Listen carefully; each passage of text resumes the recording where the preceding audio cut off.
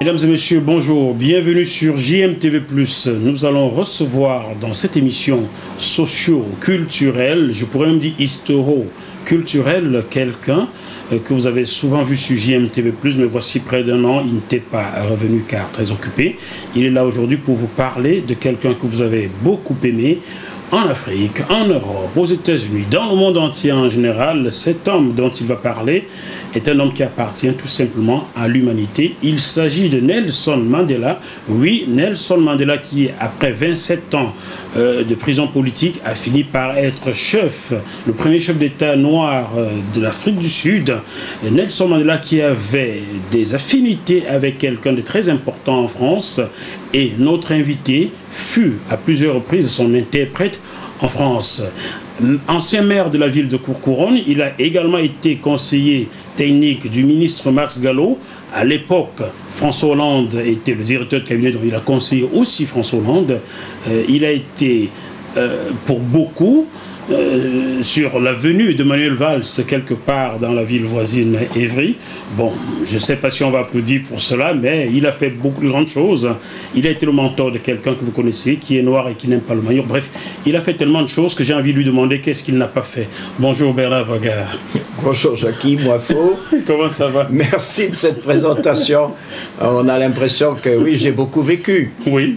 Mais je souhaite à beaucoup de gens de vivre autant de choses surprenantes, inattendues, exceptionnelles. Je me suis occupé des mafias, des casinos. Oui, dans le Var. Sur la Côte d'Azur. Oui. Je me suis occupé de l'Afrique, bien entendu, puisque j'étais coopérant au Togo. J'ai participé à des choses variées, à des petits niveaux, mais c'est un peu l'intérêt de... Non, des petits niveaux par rapport aux grands niveaux. Je ne suis pas dans Wikipédia, je n'ai pas ma page. Mais tu mériterais d'y avoir ta place. Hein? Oui, ce sont des petites mains ou des grandes petites mains qui participent à des événements historiques. Chers téléspectateurs, c'est l'homme qui a gagné un procès contre Jacques Médecin dans le Var. Il veut être modeste, mais il n'y arrivera jamais. Gagner un procès contre Jacques Médecin, ça n'était pas donné. Non, modeste, c'est pas ça.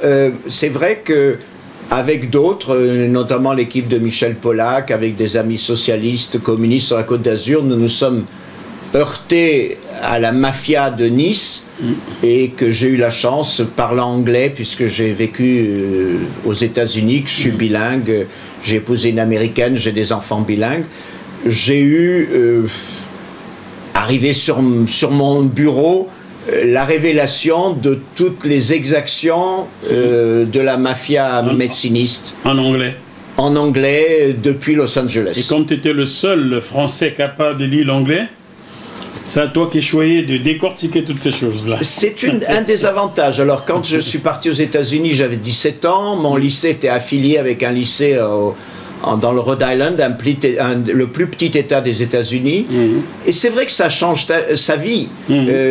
Tout d'un coup, on est dans un autre univers, comme les gens qui viennent d'Afrique, qui arrivent en France, après ils ont une autre vision de leur propre pays. Moi, j'ai une autre vision de la France, j'ai une vision internationaliste qui me poursuit toujours, car pour moi, d'être de gauche, c'est être avant tout social, mais aussi internationaliste, c'est s'intéresser à tout. Et du fait de parler anglais m'a amené à interpréter Nelson Mandela. Ça, c'est vrai. Nelson Mandela. Avant d'arriver à Nelson Mandela, il faut dire qu'en 1972, Bernard Baga était coopérant et enseignant dans le nord du Togo. Voilà, j'étais demandeur de ne pas aller dans une capitale africaine. Je voulais être ailleurs que dans une capitale pour être avec des Africains dans leur réalité quotidienne autant que possible, parce que malgré tout, on est blanc, professeur, on a déjà un statut en brousse. Mais je savais que dans les capitales, on était un des blancs qui joue au tennis et qui vient de temps en temps dispenser son enseignement. Et qui vit dans un enclos réservé aux blancs. Ça a été la grande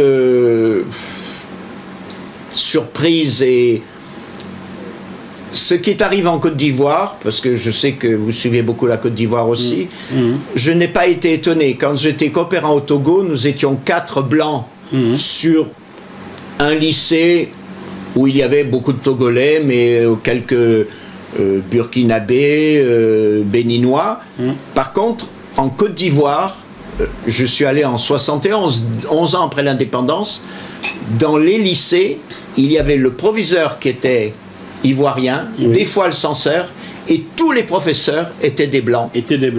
Donc quand vous imaginez recevoir un enseignement qui est indispensable pour passer votre bac, parce que c'était le bac français, mais que vous n'avez que des étrangers qui vous enseignent. Et ils vous enseignent leur culture et non la vôtre, leur histoire. Imaginez le lycée Condorcet à Paris ou Henri IV avec des professeurs burkinabés qui vous expliquent l'histoire de France. Donc moi ça m'a choqué. Bonjour la France-Afrique. Hein.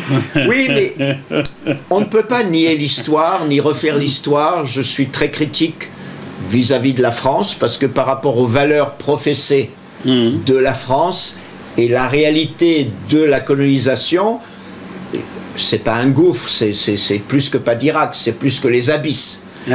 Mais c'est une histoire qui nous lie. D'ailleurs, si tu parles français, nos auditeurs apprennent le français, comprennent le français. C'est une histoire qui nous appartient, de même que si on remonte loin, les Gaulois étaient envahis par les Romains. Et mes ancêtres furent Gaulois. Salut Nicolas Sarkozy. Donc ce sont des choses que je connais, que j'ai assimilées. Moi, je ne me sens coupable de rien, sauf d'oublier l'histoire. Bon, sauf que nous exprimons tous en français, mais moi, j'ai pas choisi le français, on me l'a imposé, contrairement à tout. Bon, Bernard, il faut aussi dire qu'en 1972, tu étais parti avec quelques copains du Togo, du nord du Togo, dans ta 2 chevaux. Tu as traversé des pays d'Afrique jusqu'au Cameroun Bamileke. Tout à fait. Alors ça, c'était une obsession de certains coopérants, c'est de... Étant là dans un temps limité, on va faire le maximum de voyages. Et comme les enseignants ont quand même des vacances scolaires conséquentes, j'ai eu la chance de faire un grand voyage au travers du Ghana jusqu'en Côte d'Ivoire, un autre jusqu'à Mopti au Mali, au travers le Burkina, un autre jusqu'au Niger. Et pour finir, après être allé au Bénin, nous avons traversé le Nigeria jusqu'au Cameroun, par le pays Bamileke jusqu'à Douala et Yaoundé. Mais alors 1972-73, je peux te raconter le Cameroun mieux que tu ne l'as connu. Et bon, c'est une réalité. Moi, j'essaie de transmettre des savoirs. J'ai conscience de ce qui s'est passé en pays Bamileke avec Mesmer est une abomination. On parle du génocide Bamileke. Au génocide Bamileke, enfin, j'appelle toujours heureusement une tentative de génocide, car pour moi le génocide, c'est quand on a exterminé totalement. Une tentative de génocide, c'est lorsqu'on essaye de... C'est partiel. Et heureusement, ça s'arrête. Mais tu ne nies pas qu'il y a eu des grandes exactions qui ont... Il n'y a pas de négation à voir, c'est une réalité. On met ça sur la pacification, contre les rebelles, enfin, tout ça, honnêtement, je le sais quand même en avance par rapport à une partie de la France profonde qui a du mal avec ces réalités. Il ne s'agit pas, oui, de condamner, bien sûr de condamner, mais de dire qu'aujourd'hui, ce serait considéré comme des abominations. Ce qu'a dit Macron, aujourd'hui, en Algérie, c'est un crime contre l'humanité, avec la réalité d'aujourd'hui. C'est un crime contre l'humanité. Donc, tu concèdes là que ce que l'armée française a fait au Cameroun est un crime contre l'humanité. Ah mais tout à fait, mais dans les concepts d'aujourd'hui, à l'époque, ça n'avait pas cette qualification. Au regard d'aujourd'hui, ça l'est.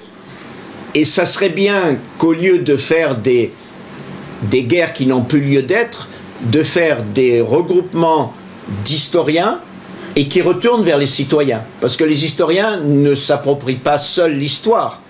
Une fois que l'on a acté des faits historiques, comme la répression sauvage, criminelle, voire crime contre l'humanité contre les Bamileke, mais pas seulement. Les Bassa aussi. On acte les faits que tel jour, à telle heure, il s'est passé telle chose. On redonne ça au peuple pour leur dire voilà ce qui s'est passé. Est-ce qu'on a droit à des indemnités? Est-ce qu'on a droit à des compensations? Est-ce qu'on a droit... La reconnaissance serait déjà quelque chose. Je crois officiel. Pas... La reconnaissance de l'État. Et moi, ce que je valide, c'est toujours de dire, nous actons le fait que tel jour, telle heure, telle chose s'est passée, Et l'État français n'a pas à s'excuser, je ne crois pas aux excuses ni au pardon. La reconnaissance des actes que nous avons faits au nom de la France, qui aujourd'hui sont considérés comme des crimes. Comme des crimes. Ce sont des crimes. Ce sont des crimes. L'ONU existait ou n'existait pas suffisamment. Mais enfin, l'ONU, vu à quoi elle sert Non, mais quand on signe la Charte des Nations Unies, moi je crois beaucoup à l'ONU, car les États signent les chartes. Alors je renvoie aux pays africains. Quand les pays africains signent la Charte des États-Unis, des Nations Unies, pardon, quel lapsus, on devrait s'attendre à ce qu'il n'y ait plus de discrimination, c'est dans la charte, à ce que les élections soient démocratiques.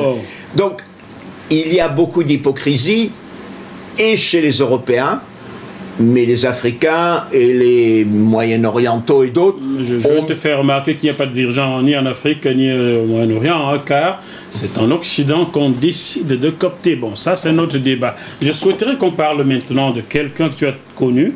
Il s'agit de Nelson Mandela. Dans quel contexte l'as-tu rencontré? Alors, vraiment, je voudrais dire très modestement, je ne suis pas modeste, mais très modestement, il s'avère que Nelson Mandela était encore en prison en 1989 bien sûr, mais que depuis des années, il y avait des mouvements qui faisaient que sa vie était moins, guillemets, tragique, puisqu'il n'était plus en cellule, mais en résidence surveillée. Il y a eu des rencontres en Algérie, des rencontres avec la tricontinentale. L'Algérie a formé Mandela à l'armée. Le FLN. Le FLN, ou tout du moins des combattants du FLN ou de l'indépendance algérienne, avaient des contacts avec l'ANC pour les former. Une parenthèse, le FLN n'avait pas de contact qu'avec l'ANC. Le FLN avait aussi des contacts avec l'UPC au Cameroun, car des soldats de libération de l'armée de Oumniobé allaient se faire former en Algérie. Voilà. Alors vous imaginez bien que ce qu'on appelait la tricontinentale, avec l'Algérie notamment, mais aussi avec le Maroc, Ben Barka, secrétaire général, assassiné comme malheureusement on le sait, est disparu. On se trouve dans des faits historiques qui sont révoltants, qui sont scandaleux, et on ne devrait avoir de cesse d'établir la vérité. Par rapport à Mandela, il était donc toujours en résidence, mais malgré tout, avec des soutiens de plus en plus forts. Et là, d'une certaine manière, mon expérience tricontinentale, car j'ai vécu en Afrique, en Amérique et en Europe, je savais que dans les campus américains, il y avait des étudiants qui se mobilisaient contre l'apartheid. Comment faisaient-ils? Alors ça, il faut connaître l'Amérique, et moi j'ai vécu au cœur de l'Amérique 4 ans. Les étudiants américains ne sont pas très politisés dans le sens européen, c'est-à-dire on rentre dans un parti politique, on se mobilise, on obéit à des slogans, on va faire des manifs. Là, on se mobilise pour une action, quelque chose qui est vilain. Un peu ce manichéisme américain, le bon et le mal. Et donc, les étudiants au Colorado College et ailleurs se mobilisaient contre l'apartheid. C'était comment? Par le fric. L'argent. Oui. Ils sont allés voir les régents, le conseil d'administration de l'université, en disant: si vous continuez à avoir des participations dans les sociétés Kodak ou Intel et Intel, IBM, qui font du commerce avec l'Afrique du Sud, le régime de l'apartheid, nous allons retirer notre argent de ma famille. Et moi, il faut savoir, aux États-Unis, une partie des universités privées ont un tiers de leurs frais qui est des dons des anciens élèves. Donc je ne donnerai plus jamais à mon alma mater, à mon université. Le régent dit: le petit con, allez dégager, allez jouer aux billes, nous on sait. Mais là c'est devenu un mouvement national, et ça, il y a des recherches à faire là-dessus. Je demanderai à des chercheurs d'aller fouiller ce qui s'est passé, parce que l'apartheid, on y a mis fin par les pressions internationales, par la pression intérieure, par Mandela, par plus ou moins l'intelligence de Klerk, mais il y a aussi les grandes sociétés multinationales qui ont été sous pression, parce que les régents des universités les appelaient en disant: je me désengage de votre portefeuille Parce que mes étudiants... mes étudiants sont en train de m'emmerder. Mais ils les emmerdaient, ils faisaient des sit-ins. Nous ne voulons plus IBM. Alors, ils vendaient les actions IBM. Bon, aller jouer aux billes. Mais quand ça devient un fait national, et ça c'est la force américaine. Il y a une force, je n'aime pas l'Amérique ni Trump, ni celle de... Mais quand il s'attache à quelque chose, il y a une force de 300 millions d'habitants qui sont libres, qui ont quand même des moyens financiers plus que les pauvres qui se battent pour la liberté en Russie. Ouais. Et donc, ils ont réussi à faire pression. Et quand il y a eu des accords, alors, il y a eu des rencontres à Dakar en 88. Des rencontres entre eux? Entre les forces de l'apartheid et les amis de Mandela. D'accord. Ce qu'on appelle les rencontres de Dakar. Puis il y a eu les rencontres de Marly-le-Roi. Il faut savoir que Marly-le-Roi, région parisienne, était tout à fait soutenu par la fondation France Liberté de Daniel Mitterrand. Et Daniel Mitterrand, à l'époque, était encore la femme du président nouvellement réélu en 88. Donc elle avait accès à beaucoup de moyens. D'ailleurs, les locaux de la fondation France Liberté, où j'ai rencontré Mandela, c'était au niveau... le haut du palais de Chaillot. Quand vous vous trouvez au Trocadéro, vous avez le palais de Chaillot. L'aile droite, tout en haut, il y avait les bureaux, sur tout un étage, les bureaux de la Fondation France Liberté. Vous êtes la femme du président, vous avez des accès, la banque vous donne, Monsieur Berger vous donne, vous avez besoin de locaux. Dans tous les bancos. Mais Berger, on en parlera un jour, c'est un homme qui a des convictions et que de l'argent, et il a souvent mis de l'argent au bénéfice de convictions valables. Donc on se trouve avec la fondation Daniel Mitterrand, et une de mes amies y travaillait, était proche de Daniel Mitterrand, et demande aux communes socialistes de l'aider à organiser les rencontres de Marly-le-Roi qui devaient se faire sans moyens de l'État, puisque l'État français officiellement ne devait pas apparaître. Donc il n'y avait pas les moyens du Quai d'Orsay. Donc j'étais à l'époque dans une commune de Sud-Essonne avec d'autres amis. Alors on a fourni, quelle mairie fournissait un photocopieur, c'est-à-dire au lieu que le photocopieur nous soit livré pour début mai, il était livré à Marly-le-Roi, puis il nous était livré 3 mois plus tard. D'accord. Ce sont des moyens... Mais aujourd'hui, on pourrait être mis en examen pour abus de biens sociaux. Et surtout poussé à démissionner. À la démission. Bon. Il y en a un autre, c'était une camionnette. Il y en a... En fait, les mairies proches de Daniel Mitterrand, et Daniel Mitterrand était cher à Courcouronnes puisque nous l'avions fait venir pour le bicentenaire de la Révolution. Il faut vous préciser pour ceux qui ne sont pas français, Courcouronnes est une ville du département de l'Essonne en région parisienne, ville dans laquelle Bernard fut d'abord maire adjoint puis maire par la suite. Voilà. J'y ai été aux manettes plus ou moins pendant 12 ans, une commune juste à côté d'Évry, à côté de la grande commune départementale. De Manuel Valls. Donc les accords où les rencontres de Marly-le-Roi sont autour des... Alors que Mandela est encore en résidence surveillée, hein, mais de Klerk et les gens comprennent. Et les sociétés multinationales américaines, c'est là où je demande à des chercheurs d'aller dans les archives qui sont... On fait pression sur les entreprises africanaires blanches d'Afrique du Sud pour leur dire, vous savez... Nous, on ne va pas pouvoir tenir longtemps parce que dans nos réalités internationales, on préfère perdre le marché de l'Afrique du Sud que de nombreux pays qui commencent à nous bousculer. Et ça, c'est la réalité. Quand je parlais la dernière fois avec Jackie des réalités des États contre les multinationales, les multinationales sont parfois ou des fois, ou souvent plus puissantes qu'un État, mais quand ça commence à toucher à leur portefeuille avec des boycotts, les peuples sont plus importants que leurs États. Donc Marly-le-Roi se termine, Mandela est libéré en février 90. Marly-le-Roi se termine, mais on ne sait pas qui a participé à cette réunion, et les téléspectateurs de JMTV+. Marly-le-Roi, c'était officieux. Mais c'était des représentants de Klerk, des représentants de l'ANC, mais aussi des diplomates du monde entier et des entreprises. Est-ce que là tu intervenais directement à Marly-le-Roi? Non, là je n'ai pas participé à Marly-le-Roi.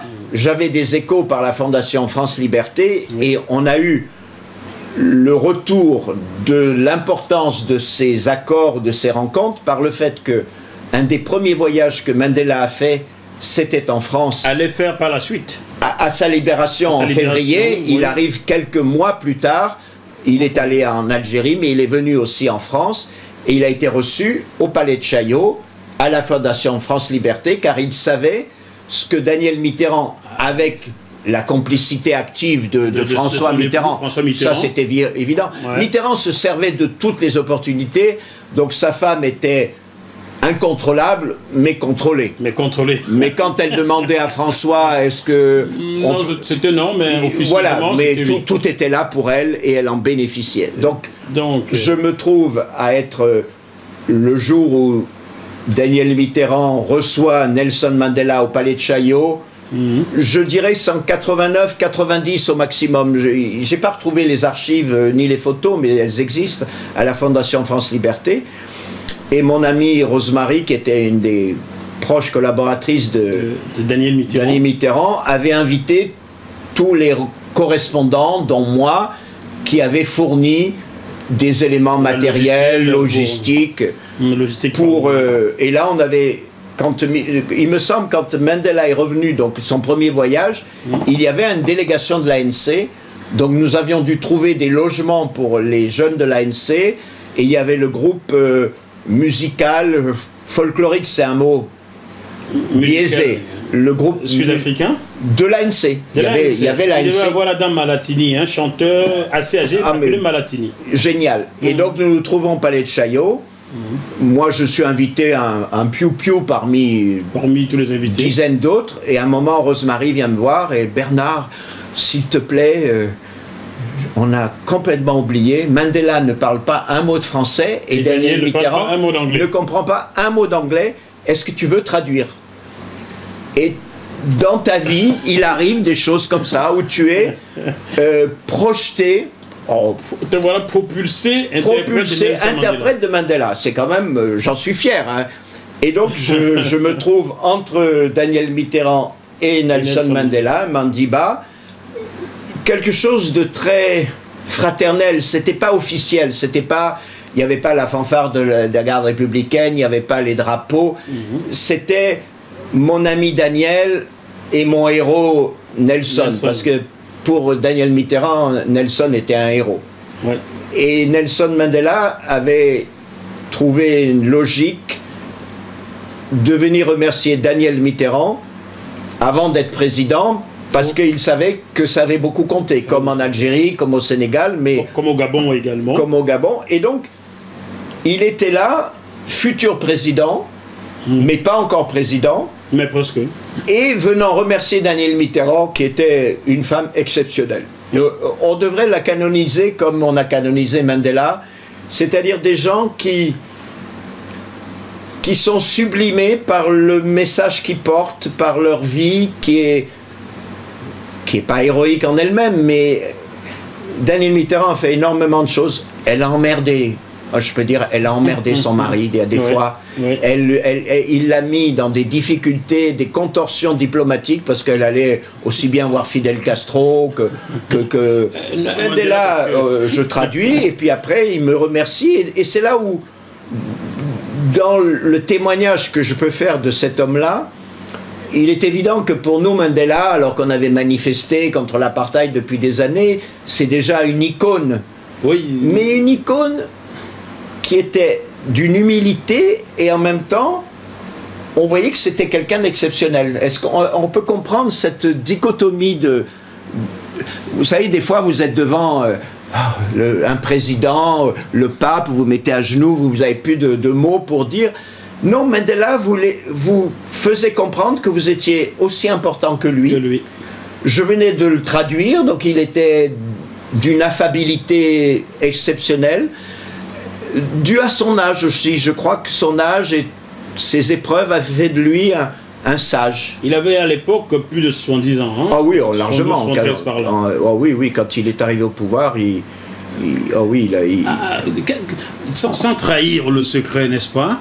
Qu'est-ce qui t'a marqué dans cette conversation entre Nelson Mandela et Daniel Mitterrand que tu traduisais? Peux-tu ressortir un petit mot qui t'a marqué, une petite phrase de Nelson Mandela? Je crois que ce qui était assez remarquable, c'est que Mandela faisait abstraction de ses souffrances et glorifiait ce qu'avaient fait des gens. Ce que faisait Daniel Mitterrand, c'était très bien. Mais enfin, elle prenait aucun risque. Elle était femme du président. Tout ce qu'elle risquait, c'était d'avoir un article qui dise qu'elle abusait du pouvoir de la République. Mais enfin, ça, elle s'en foutait. Mais lui, avec ce qu'il avait vécu, remerciait des gens qui avaient fait 100 fois mieux que lui dans sa vie. Car Mandela, c'est le tragique des hommes qui ont été longtemps en prison, deviennent des icônes de la liberté. Dans leur souffrance, on se projette, nous qui n'avons pas eu l'occasion d'être des héros. Moi, je ne suis pas un héros d'avoir traduit Mandela. Danielle Mitterrand est une femme exceptionnelle, mais c'est vrai qu'elle n'a pas pris de risque. Ce que j'ai, elle n'a pas pris de risque. Alors que Mandela, tu sais que lui, s'il est encore en vie, et ce qu'il va vivre, et la réalité des accords de Marly, c'est très important. On retrouve ça dans Invictus, dans le film sur l'équipe de rugby. Les accords de Marly-le-Roi, tels que je les ai compris en interne, c'est ce qu'il faudrait vérifier. Les grandes entreprises ont vu Mandela et l'ANC pour leur dire, voilà, si on se retire, nous vous laissons avec les capitalistes blancs africanaires et l'État africanaire cool. Et vous, l'État Afrique du Sud, vous coulez. Il y aura des émeutes, il y aura des vengeances. Donc, nous faisons un accord avec vous, et c'est là l'importance des grandes puissances multinationales, pas simplement politiques. Parce que les politiques, ils sont à l'ONU, ils font des beaux discours. Mais s'il n'y a pas d'intervention militaire, et on ne peut pas en faire. Donc les multinationales ont obtenu de Mandela, qui était prêt, mais qui a compris ce jour-là, nous soutenons l'Afrique du Sud économiquement, et en échange, il n'y a pas d'exaction, il n'y a pas de tuerie, il n'y a pas de vengeance, il y a un pardon qui n'est pas un pardon d'oubli, qui est un pardon de non-vengeance. C'est-à-dire ce qui s'est passé dans d'autres pays, actuellement en Colombie par exemple, on n'oublie rien, mais on ne va pas faire des procès pendant 20 ans parce qu'on ne va jamais s'en sortir. Ça, c'est une expérience d'État, c'est que si vous continuez un peu la Révolution française, la terreur n'amène pas des investisseurs pendant qu'il y a la terreur, et donc le peuple souffre parce que le peuple a besoin d'investisseurs. C'est la réalité du monde. On peut être contre le capitalisme, mais sans capitalisme en Afrique du Sud, le pays s'écroule. Le pays s'écroule parce qu'il a vécu de ces multinationales qui sont là avec des ordinateurs. Le jour où vous débranchez les ordinateurs, vous n'avez plus d'électricité, vous n'avez plus d'un tas de choses qui fonctionnent. Parce qu'après, vous pouvez revenir à l'état ancien, mais il faut faire comprendre au peuple qu'il n'y a plus d'électricité parce qu'on est libre. C'est donc ce que les multinationales ont négocié à Nelson Mandela, ça, la paix. La paix. Et pas l'oubli, mais la paix. Voilà. Et avec De Klerk, dû faire comprendre que De Klerk était un homme qui avait compris que c'était fini et que plus que les autres, que Botha et les autres. Ouais, Peter Botha qui était un sanguinaire, lui. Oui, puis qui est mort, qui a fait que De Klerk est arrivé président, c'était de dire, voilà, nous devons comprendre que la vengeance ne va amener que des drames. Et donc, quand vous voyez le film Invictus, c'est tout à fait ça. Mandela s'est fait critiquer au sein de l'ANC pour avoir cédé trop facilement à la demande des Blancs. Je pense que le KwaZulu-Natal lui reprochait de n'avoir rien fait. Une partie de l'ANC, on voit bien dans Invictus, c'est une des scènes où Mandela est totalement minoritaire et arrive à imposer parce qu'il est quand même Mandela. C'est-à-dire que tous les autres qui ont glorifié son nom pendant des années, si Mandela dit quelque chose qui est contraire à leurs convictions, c'est quand même Mandela. C'est là où vous voyez la force. Pour prendre Mitterrand, quand on parlait tout à l'heure de Mitterrand, Mitterrand arrivait à imposer à des gens le contraire de ce qu'ils pensaient le matin même. Hollande n'a jamais réussi. C'est cette difficulté de chef d'État. Et Mandela était un vrai chef d'État en Afrique du Sud parce qu'il a imposé à l'ANC. Rien n'est réglé en Afrique du Sud. Je suis d'accord. J'y étais encore il y a quelques années. Il y a encore des ghettos, il y a encore des drames, il y a encore des riches blancs et des pauvres.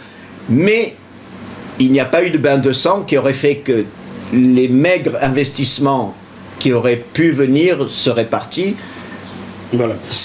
On va revenir sur ces accords-là, sur cette conversation avec Nelson Mandela, car ce que j'aurais souhaité obtenir de toi, je vais être vraiment, je vais pinailler là-dessus. Qu'est-ce qui t'a marqué dans une phrase? Quelle est la phrase de Nelson Mandela adressée à Daniel Mitterrand qui t'a marqué en 2 mots comme ça? Plus que les phrases, c'était le ton. C'était la manière dont il remerciait Daniel Mitterrand quasiment d'avoir été héroïque, alors que c'était lui le héros. Mais donc cette humilité, cette capacité à se mettre... Il aurait pu avoir une grosse tête. Dès qu'il est sorti de prison, le monde entier voulait de lui, prix Nobel, enfin...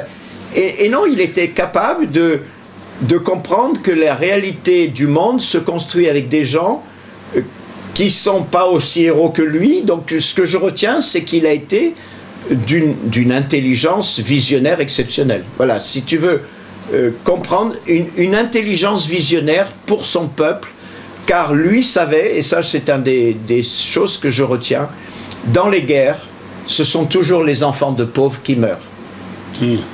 Les bourgeois, il y en a qui meurent, ça c'est sûr, même les révolutions, mais l'argent est à l'étranger, les enfants sont à l'étranger, oui. Alors que ce sont les pauvres dans les ghettos qui meurent et dont on fait après des martyrs. Des martyrs faciles après pour se draper dans « nous avons nos martyrs ». Et Mandela ne voulait pas de martyrs. Mandela se battait pour la paix universelle. Il a essayé d'être, pas très heureux, mais d'être médiateur dans des conflits africains. Mais même l'aura de Mandela, de Madiba n'a pas... Ouais, face aux forces occultes cachées quelque part en Occident, son aura n'a pas... Non. Et le soir même, alors ce qui est inconnu, mais si quelqu'un avait enregistré, il y avait, pour recevoir au Palais de Chaillot, dans le grand théâtre du Palais de Chaillot, il y a une grande... Il y a eu un bœuf avec Manu Dibango, Selim Keita. Un bœuf, mais pas un bœuf bourguignon. Non, pas un bœuf bourguignon, mais une soirée spectacle. Spectacle, Manu Dibango, Selim Keita, Mori Kanté. Mais ils étaient tous là. Youssou. Vous imaginez, arrive Mandela... Il venait sans cachet pour Nelson Mandela. C'était pas caché, c'était une soirée privée pour recevoir l'ANC. Ouais. Et l'État français était quand même dans la difficulté. Mitterrand avait dû dire à Daniel, d'accord, mais il est quand même pas encore président, il y a encore des règles diplomatiques, je peux pas le recevoir comme un chef d'État. Comme un chef d'État, je le reçois comme un leader, mais Mitterrand a été un des premiers, ou le premier président européen à aller en Afrique du Sud en 93 ou 94, un des premiers à être reçu et de parler... à Nelson Mandela. Donc ce soir-là, vous imaginez, ce concert, s'il a été enregistré, mais c'était le bonheur, parce que vous avez des artistes, ils jouent avec leur cœur, mais quand vous avez joué 10 fois, 50 fois le concert, que la chanson, que tout le monde réclame, mais là c'est pour l'ANC, c'est-à-dire vos frères d'armes, les gens pour lesquels vous avez vibré tout petit dans toutes vos banlieues, ou que ce soit à Douala ou à Dakar, ils sont là. Ils sont là. Et ils sont là, et vous célébrez à Paris, au Musée des droits de l'homme, dans le grand amphithéâtre, le fait que, ça y est, Mandela va être président. Ça, c'est un moment d'émotion aussi intense pour moi que l'entrevue avec Mandela. Tu as encore des larmes aux yeux en parlant aujourd'hui? Oui, de larmes aux yeux. Disons, il y a des moments historiques comme ça, où vous sentez que l'humanité vaut mieux que tout ce qu'on lit, tout ce qu'on... Il y a des moments où vous avez une sérénité d'un accomplissement. Malheureusement, j'aimerais que ce soit le cas au Moyen-Orient, en Libye, dans tous les pays d'Afrique qui n'ont pas encore la démocratie telle que, non pas les Occidentaux le voudraient, mais les citoyens savent bien ce que c'est la démocratie. Et quand on en est là, les grandes manifestations qu'il y a eu en Algérie quand il y a eu l'indépendance, les grandes manifestations dans beaucoup de pays africains lors de l'indépendance, et puis après quand on voit où on en est, imaginez un rebond. Donc imaginons en plus, l'apartheid c'est quand même une abomination qui était connue en Amérique, moins institutionnalisée qu'en Afrique du Sud, mais enfin quand même présente. Et vous êtes un des griots, un des chanteurs, un des troubadours de l'humanisme, de l'humanité, de l'africanité, de la libération des peuples, et vous êtes là avec l'ANC. Ça, c'est sublime. Est-ce que dans ta carrière politique, car c'est la politique qui t'a amené à rencontrer Daniel Mitterrand et celle qui te permet de traduire Nelson Mandela, est-ce que ce moment de traduction de Nelson Mandela est l'un des moments les plus forts de ta carrière politique? De ma carrière, je dirais pas, parce que là, vraiment, j'étais qu'un petit ouvrier de cette rencontre, et par un concours de circonstances, j'étais le seul vraiment bilingue qui était présent et qui pouvait faire la traduction. Donc,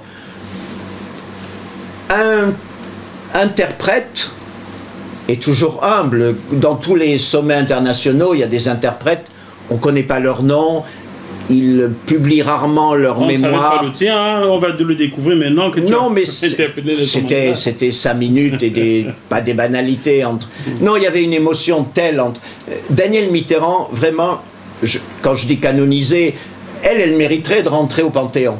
Elle mériterait de rentrer au Panthéon, car elle représente ce qui devrait être le quotidien de la devise liberté, égalité, fraternité, qui n'est pas française, qui est universelle.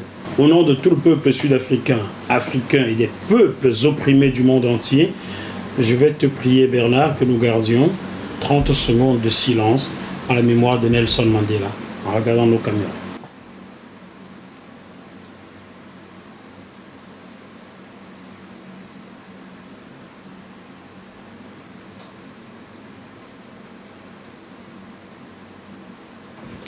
Merci. Pour terminer cette partie sur l'Afrique du Sud, je vais ici te dire et dire aux téléspectateurs de JMTV+, ce que j'ai observé en Afrique du Sud il y a 4 ans lorsque j'y étais pour couvrir la Coupe d'Afrique des Nations. J'étais affecté dans la ville de Mbombela, Nelspruit, qui est au nord de l'Afrique du Sud, à 88 km de Maputo, la capitale mozambicaine.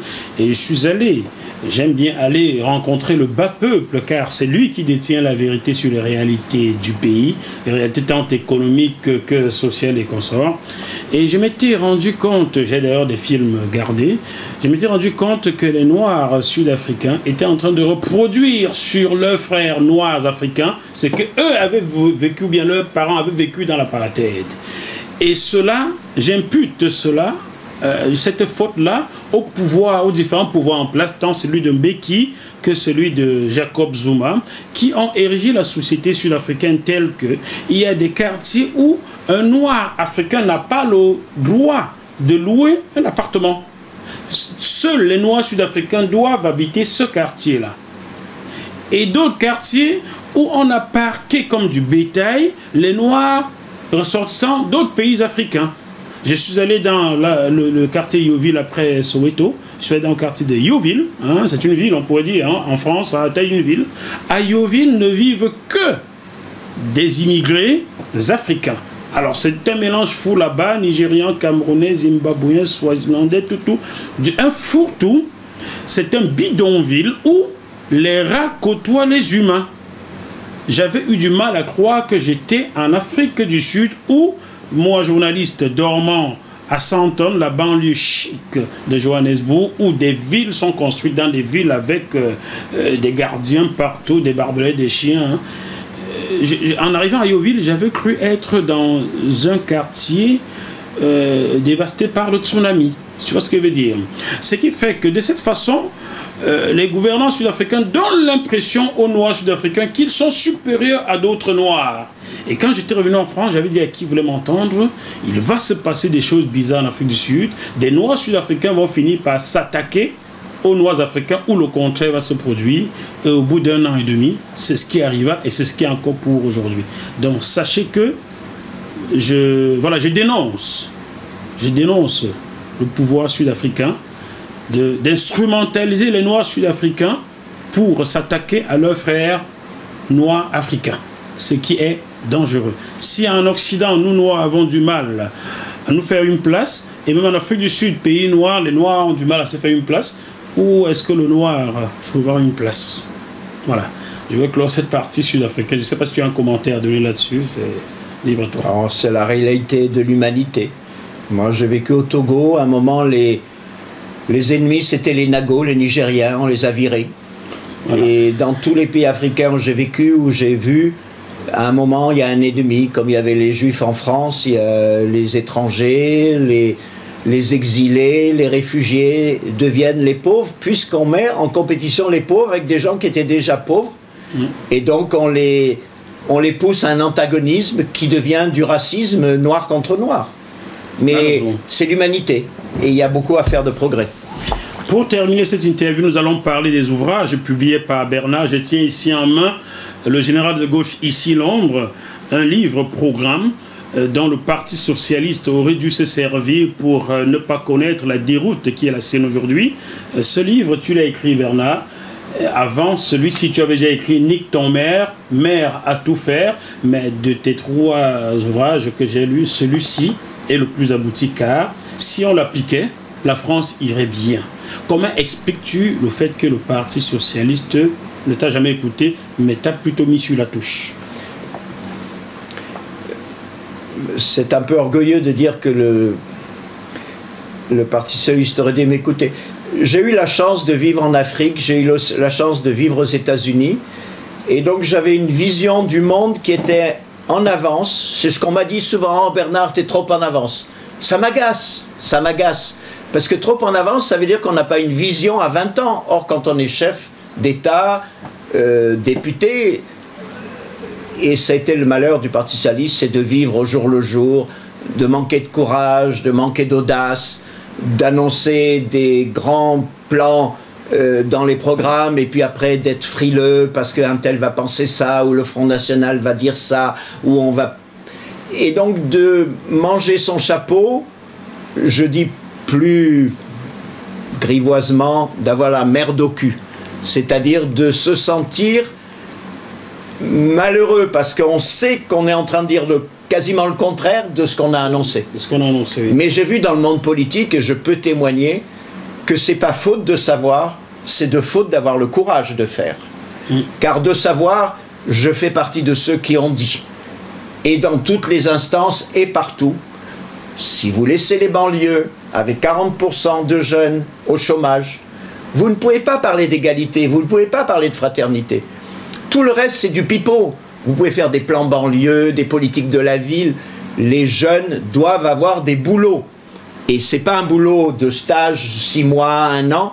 C'est un travail qui te permette de construire ta vie, que tu veuilles te marier, que tu veuilles acheter une voiture, que tu veuilles repartir du pays d'où tu viens et revenir en faisant du commerce. Et cette chose-là était analysée, mais pas mise en équation parce que c'était compliqué, difficile.